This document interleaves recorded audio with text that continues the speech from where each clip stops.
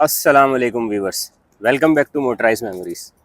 अच्छा, आज मैं एक थोड़ा सा डिटेल वीडियो बना रहा हूँ एक गाड़ी के ऑक्शन के हवाले से। बहुत सारे लोगों ने काफ़ी डिटेल पूछी है, तो स्टार्ट करते हैं कि सबसे पहले आपने गाड़ी ख़रीदते हुए सबसे पहले करना क्या है। तो सबसे पहले तो भाई यानी एक ये बेंचमार्क है कि आपने अपने पैसे सेव करने हैं। तो आपने सबसे पहले जो है अपने पैसे सिक्योर करने हैं कि सिक्योर बाइंग कर रहे हैं आप। ये नहीं हो कि आपने कोई ऐसी गाड़ी ख़रीद ली जिसमें कोई मसला हो, यानी लीगल होनी चाहिए गाड़ी। फॉर एग्ज़ाम्पल उसका VIN नंबर फोर्ज ना हुआ हो। मीटर रीडिंग अगर आप उसकी देखें तो मीटर रीडिंग ओरिजिनल होनी चाहिए। ये नहीं है कि मीटर रिवर्स किया हुआ है तो वो फिर यानी एक्चुअल माइलेज उसका 3 लाख है और वो हो गई है 1 लाख पे, तो वो फिर प्राइस नहीं दे के जाएगी गाड़ी आपको। और उसमें एक और चीज़ भी है कि VIN नंबर से आप ईयर भी देख सकते हैं। तो ये आपको देखना है कि गाड़ी का मॉडल कौन सा है। किसी ने कभी कभी होता है ऐसा कि वो एडवर्टाइज में लड़का आपका डाल देगा कि जी 2018 का मॉडल है, लेकिन जब आप ख़रीदने जाएंगे और आप रजिस्ट्रेशन कार्ड देखेंगे, पूरा इंस्पेक्शन करेंगे, तो पता चलेगा वो 1 साल या 2 साल पुराना मॉडल है। तो VIN नंबर से किस तरह आप मॉडल का अंदाज़ा लगा सकते हैं खुद से, उसकी मैं अभी एक डिस्क्रिप्शन डाल दूंगा नीचे, बल्कि एक पिक्चर शेयर कर देता हूँ मैं। VIN नंबर का जो 8 डिजिट होगा ना राइट साइड से, वो शो करता है मैन्युफैक्चरिंग ईयर को, और उसका ये चार्ट मैंने लगा दिया है कि किस ईयर में कौन सा अल्फ़ाबेट आया। तो आपको पता चल जाएगा कि VIN नंबर में कौन सा डिजिट है, जिससे हमें पता चलता है कि कौन से ईयर की गाड़ी है ये। तो वो कंटिन्यू चलता रहता है। वो मैं पूरा एक सीक्वेंस है वो अभी डाल देता हूँ उसी में वीडियो में अपनी। तो प्रॉफिट एंड लॉस तो बाद में कंसिडर होता है, पहले तो आपने अपनी जो है बाइंग सिक्योर करनी है कि जो आप पैसे खर्च कर रहे हैं वो आपके सिक्योर हैं, कहीं उल्टी सीधी जगह पे आपने नहीं लगा दिए। वो प्रॉफिट एंड लॉस फिर बाद में देखेंगे। अच्छा, जो लोग नए नए आ रहे हैं ना इस काम में, ऑक्शन में, तो उनको मेरी एडवाइस है कि ये 500 रुपये 1000 रुपये जो कमीशन होता है इसका, एजेंट का या डेंटर पेंटर का, मैकेनिक का, वो देने से अवॉइड ना करें। वो 500 रुपये जो है ना आपको किसी बड़ी मुसीबत से बचाएंगे, क्योंकि आपको जितनी भी नॉलेज हो डेंटर पेंटर और मैकेनिक की नॉलेज से कमी होगी वो, तो वो आपको ज़्यादा बेहतर गाइड करेगा।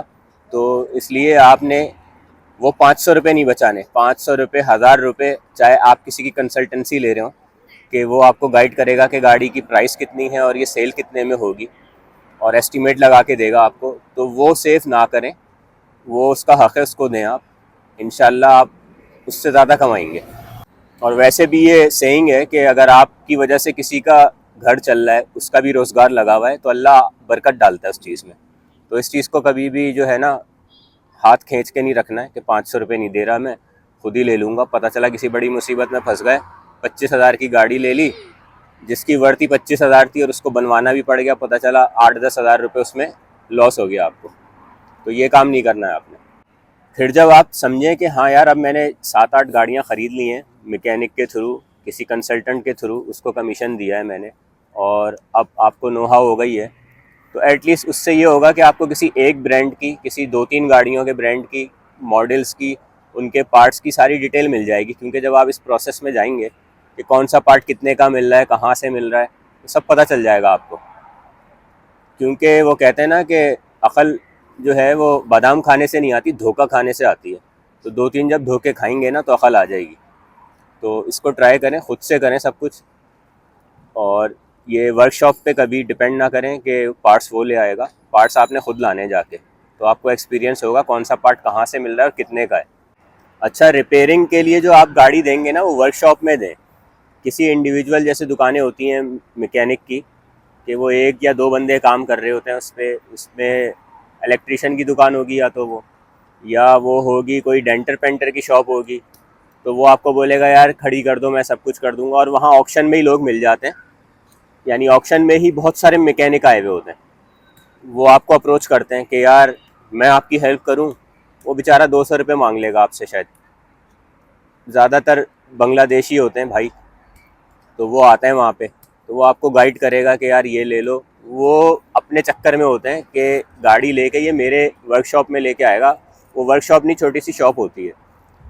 तो आपने कोशिश करनी है कि आपने वर्कशॉप लेके जानी है गाड़ी जब आप विन कर लें, क्योंकि छोटे मोटे वर्क ये जो शॉप्स होती हैं इसमें 2-3 ही काम होते हैं, या तो वो एसी का काम कर रहा होगा, या इलेक्ट्रिक का काम कर रहा होगा, या डेंटिंग पेंटिंग कर रहा होगा।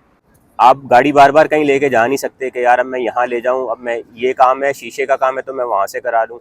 तो denting painting, mechanical, engine gear से लेके आप होस्ट्री तक का काम जो है वो किसी एक ही वर्कशॉप पे होना चाहिए, बार बार आपको गाड़ी इधर से उधर ना ले जानी पड़े। और वो जब आप सारा काम उससे कराएंगे तो वो आपको अच्छा खासा डिस्काउंट भी देगा। अच्छा, ये मेरा अपना पर्सनल एक्सपीरियंस है कि मुझे जो है पाकिस्तानी ही सूट करते हैं। अच्छा, लेकिन पाकिस्तानियों में, यानी मेरा अपना एक्सपीरियंस है, मैं सबको नहीं कह रहा, सराइकियों के साथ मेरा एक्सपीरियंस अच्छा नहीं रहा है, और बांग्लादेशियों के साथ भी एक्सपीरियंस मेरा कुछ अच्छा नहीं रहा है। लेकिन बांग्लादेशी जो है वो कुछ कर नहीं सकते, वो बेचारे छोटी छोटी उनकी शॉप्स हैं, तो यानी वो एक रूफ़ के नीचे आपको सब चीज़ें नहीं मिलेंगी, तो आपको फिर अल्टीमेटली कहीं और जाना पड़ता है। तो इसलिए बेहतर है कि किसी अच्छे वर्कशॉप पे जाएं। अगर आपका कोई अच्छा जानने वाला है, वो चाहे वो बांग्लादेशी हो या पाकिस्तानी हो, तो आप उसको भी अप्रोच कर सकते हैं। बस उसकी थोड़ी सी इन्फॉर्मेशन ले लें कि उसका बैकग्राउंड सही है। अच्छा, गाड़ी जो है बनने के बाद बस आखिरी चीज़ तो फिर वही होती है, फाइनल मरहला कि सेल हो जाए। अब और सेल कहाँ करनी है, तो देखें यहाँ पे जो सबसे ज़्यादा अमेरिकन गाड़ी सेल हो रही है वो 2 जगहों पे होती है। एक तो एक्सपोर्ट हो जाती है गाड़ी, एक्सपोर्टर्स आपसे कांटेक्ट कर लेते हैं जब आप गाड़ी लेके निकलते हैं ना ऑक्शन से, तो काफ़ी सारे एक्सपोर्टर्स आपको कांटेक्ट करते हैं, आपके पास उनका नंबर आता है, वर्कशॉप वाले नंबर देते हैं। तो ये तो एक होता है एक्सपोर्टर। फिर दूसरे हैं इन्फ्लुएंसर्स, जो सोशल मीडिया पे इंस्टा अकाउंट चला रहे हैं या यूट्यूब चैनल चला रहे हैं, वो दूसरों की गाड़ियाँ प्रोमोट करते हैं अपने चैनल पे। और वो जब सेल होती है तो वो, या तो वो 2 तरह की चीज़ें हैं, या तो वो सेल ही करेगा, हर सूरत में करके देगा आपको सेल। अगर आपने ऐसा कोई एग्रीमेंट किया उसके साथ कि वो आपकी गाड़ी सेल ही करेगा, तो वो 50% लेता है सोशल मीडिया वाला। तो 50% प्रॉफिट का वो ले जाएगा आपका। वो आपको बताएगा कि जी आपकी गाड़ी आपने 25 की ली थी, 30 की सेल कर रहा हूँ मैं, तो 2500 दरम वो लेगा आपसे। या फिर एक सोशल मीडिया पे ही वो इस तरह से भी लेता है कि ठीक है जी, मैं आपकी गाड़ी अपने चैनल पे लिस्ट कर दूंगा, और वो उसके 500 दरम ले लेगा आपसे, या 1000 ले लेते हैं कुछ लोग जो ज़्यादा बड़े इन्फ्लुएंसर्स हैं। तो ये 2 तरीक़े हो गए। फिर तीसरा तरीक़ा है कि आप ख़ुद से सोशल मीडिया पे बेचें, जैसे फेसबुक की मार्केट प्लेस है, उस पर ऐड लगाएं। गाड़ी अगर अच्छी प्राइस पे ली है ना आपने, तो वो बिक जाती है, रुकेगी नहीं गाड़ी आपकी। और फिर कुछ ऐसे भी हैं यहाँ पे, अब जैसे ज़्यादातर इंडिया के लोग हैं, नॉर्थ इंडियन, वो ये करते हैं कि एक शेड ले लेते हैं रेंट पे, और 5-6 उनके जो है इन्वेस्टर होते हैं, हर किसी की 5-5, 6-6 गाड़ियाँ होती हैं, वो उसके अंदर खड़ी करते हैं। उनका ये रनिंग बिजनेस है, वीकली वो 4 से 5 गाड़ियाँ बेचते हैं।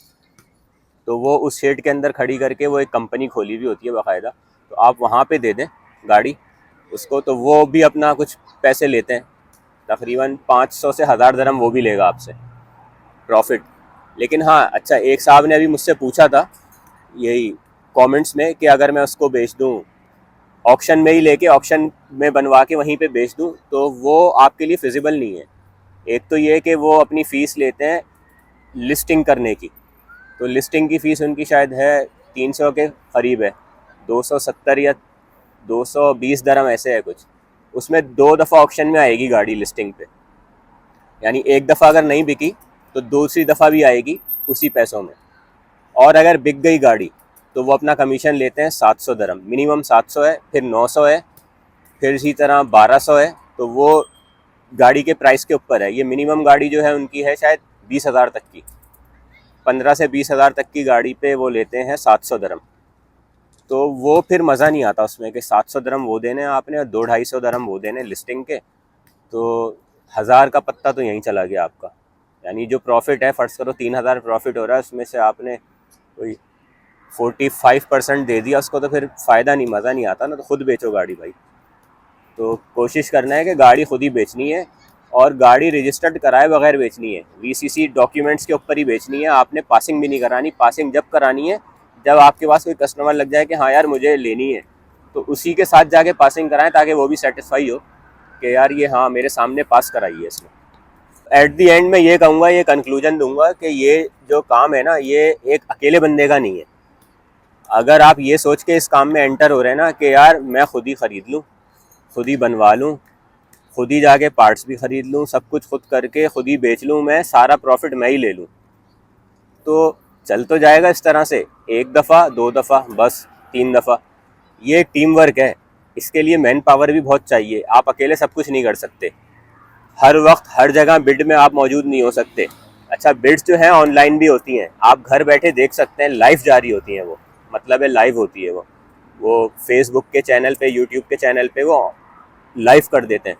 तो अगर आप अपने घर पे भी बैठे हुए हैं, आपका कोई रिप्रेजेंटेटिव है वो वहाँ पे मौजूद है, कोई कंसल्टेंट है, तो आप उसको भी फ़ोन करके बोल सकते हैं कि यार ये गाड़ी जो है मुझे समझ आ रही है, इसको इतने पैसों में तुम ले लो, मैं अभी अकाउंट में पैसे ट्रांसफ़र करता हूँ अगर तुम विन कर रहे हो तो इसी तरह यानी ये पूरा एक साइकिल है।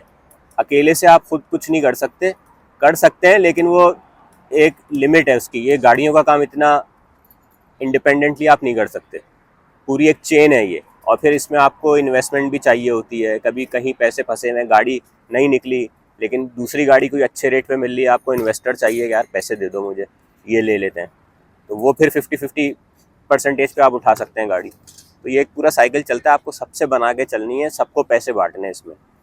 तो अगर आप अकेले अकेले करेंगे तो शायद 2-3-4 गाड़ियों के बाद आपकी बस हो जाएगी। तो वर्कशॉप वाले को भी आपने साथ लेके चलना है, एक वर्कशॉप वाला बनाए अपना, ठीक है, तो वो गाड़ी आपकी बना के बगैर पैसों के भी कभी आपको देगा, चाहिए होगी आपको तो, कि हाँ यार जब नेक्स्ट गाड़ी आएगी तो उसमें पेमेंट कर लेंगे, मसला नहीं है। इसी तरह आपने कंसल्टेंट को भी पैसे देने, क्योंकि वो बात वही है कि 500-1000 रुपये दे के आप अपनी पूरी मनी सेव कर रहे हैं, अपना रिस्क ज़ीरो कर रहे हैं आप। वो रिस्क ज़ीरो करने के 1000 दरम ले रहा है, कोई ज़्यादा नहीं है। और बेचने के लिए इन्फ्लुएंसर का सहारा लेना पड़ेगा, ले लें, कोई मसला नहीं। 1-2-3 गाड़ियाँ जब आप उसके साथ बेचेंगे तो वो भी आपको डिस्काउंट देगा, और फिर आपके भी थोड़े टर्म्स बनने लगते हैं यहाँ पे। तो सबको लेके चलें, टीम वर्क है ये। अच्छा, सोशल मीडिया पे अगर आप बेचेंगे ना खुद से ऐड लगा के गाड़ी, तो गाड़ी तो बिक जाएगी, लेकिन उस पर भी आपकी कॉस्ट आती है। अब जैसे डूबिज़ल है वेबसाइट, तो वो पेड ऐड है, उसके 420 दरम उसकी कॉस्ट आती है 1 महीने की, फ़ीचर ऐड लगाने की। फ़ीचर ऐड मेरे ख्याल में 7 दिन रहता है उनका। उसके बाद जो वो है फ़ीचर ऐड भी, बल्कि शुरू में भी वो आपका कोई 6-7वें पेज पे आएगा, और जब फ़ीचर से हटेगा 1 हफ़्ते बाद तो वो जाएगा आपका कोई 20वें-25वें नंबर के पेज के ऊपर, तो कोई फ़ायदा नहीं है उसका। और कार स्विच वाले हैं, कार स्विच वाले जो है वो 100 दरम में आपका ऐड लगा देते हैं, और अगर आप फ्री में ऐड लगवाना चाह रहे हैं तो वो फ्री में भी लगाते हैं ऐड, लेकिन उसमें ये होता है कि फिर वो अपने कंसल्टेंसी के जो है यानी सेल करने के प्राइस चार्ज करते हैं, वो लेते हैं मिनिमम उनका 1800 है मेरे ख्याल में 20,000 की कार का। तो अगर वो 30,000 की कार है तो वो शायद 2500 रुपये तक या 2200 रुपये तक जाते हैं। तो वो प्राइस से वेरी करता है कितने की गाड़ी है आपकी। 50,000 की गाड़ी है तो वो शायद 3,500 तक लेते हैं, मैक्सिमम उनका 3.5 ही है शायद। अच्छा, जो लोग पाकिस्तान से आना चाह रहे हैं ना ये काम करने के लिए, तो कोशिश करें कि पहले वो अच्छी खासी नॉलेज ले लें गाड़ियों की, क्योंकि देखें पाकिस्तान में है गाड़ियों के ब्रांड बहुत कम, यहाँ पे इतने ब्रांड हैं गाड़ियों के कि आपका सर चकरा जाएगा कि यार कौन से ब्रांड में काम करूं। तो सबसे पहले तो ये कि आपने छोटे ब्रांड में ही काम करना है, जिसमें टोयोटा, निसान और ये होंडा और मित्सुबिशी को ले लें आप। इनकी गाड़ियाँ सस्ती हैं, जल्दी बिक जाती हैं, छोटे इंजन की गाड़ियाँ, तो इनमें काम करें आप। और कम से कम अगर कोई 1 या 2 बंदे भी आ रहे हैं ना काम करने के लिए, तो अपने माइंड में रखें कि 50,000 दरम की इन्वेस्टमेंट लेके आनी है आपने। अगर आपने ख़ुद भी सर्वाइव करना है, कुछ पैसे भी भेजने पाकिस्तान, तो इन 50,000 से आपका जो साइकिल चलेगा मंथली, वो चलेगा तकरीबन, ये ले लें आप, कोई 5 से 6,000 दरम का साइकिल बन जाएगा आपका। लेकिन पहले महीने में नहीं, कम से कम तीसरे महीने में जाके साइकिल बनेगा आपका, क्योंकि गाड़ियाँ लेंगे, बनवाएंगे, टाइम लगेगा, फिर सेल होगी वो। तो 6,000 का साइकिल चला सकते हैं आप 50,000 दरम पे, लेकिन उसके लिए आपको शुरू में सारी एफ़र्ट खुद करनी है, पार्ट्स ख़रीदने खुद जाना है, गाड़ी देखनी है, देखने जाना है पहले। तो ये भाई आज का छोटा सा एक व्लॉग था, आज मैंने ऐसी बाहर बैठ के बना लिया ये। तो अभी 3-4 चीज़ें मुझे और करनी है, टाइम मिल नहीं रहा है मुझे, तो इंशाल्लाह मैं कल या परसों देखता हूँ, वो मेरी गाड़ी भी फंसी हुई, आज छुट्टी थी तो वर्कशॉप बंद थे सारे, तो मैं गया तो था लेकिन वो बात बनी नहीं। वर्कशॉप बंद थे, सारी दुकानें बंद थी। आज असल में नेशनल डे है यूएई का, तो वो सेलिब्रेट कर रहे हैं। तो इंशाल्लाह कल जाऊंगा मैं, वर्कशॉप जाना है तो वो किया 40 भी देखते हैं जाके। बल्कि कल पता नहीं आएगी नहीं आएगी, वो गई हुई है उधर, डिटेलिंग के लिए भेजी है मैंने। तो कल अगर नहीं आई तो फिर उसका परसों देखते हैं जाके क्या सेंड। तो अगर कल किया 40 मिल जाती है तो ठीक है, वरना वो डिटेलिंग से वापस आती है तो फिर उसका भी एक व्लॉग बनाते हैं, फिर आपको बताते हैं सेल करने के बाद क्या सिचुएशन है उसकी। चलें इंशाल्लाह फिर मिलते हैं एक नए व्लॉग में फर्दर डिटेल के साथ। कुछ पूछना हो तो मुझे कमेंट्स कर दिया करें, मैं बता दूंगा। ओके जनाब, सी यू, अल्लाह हाफिज़।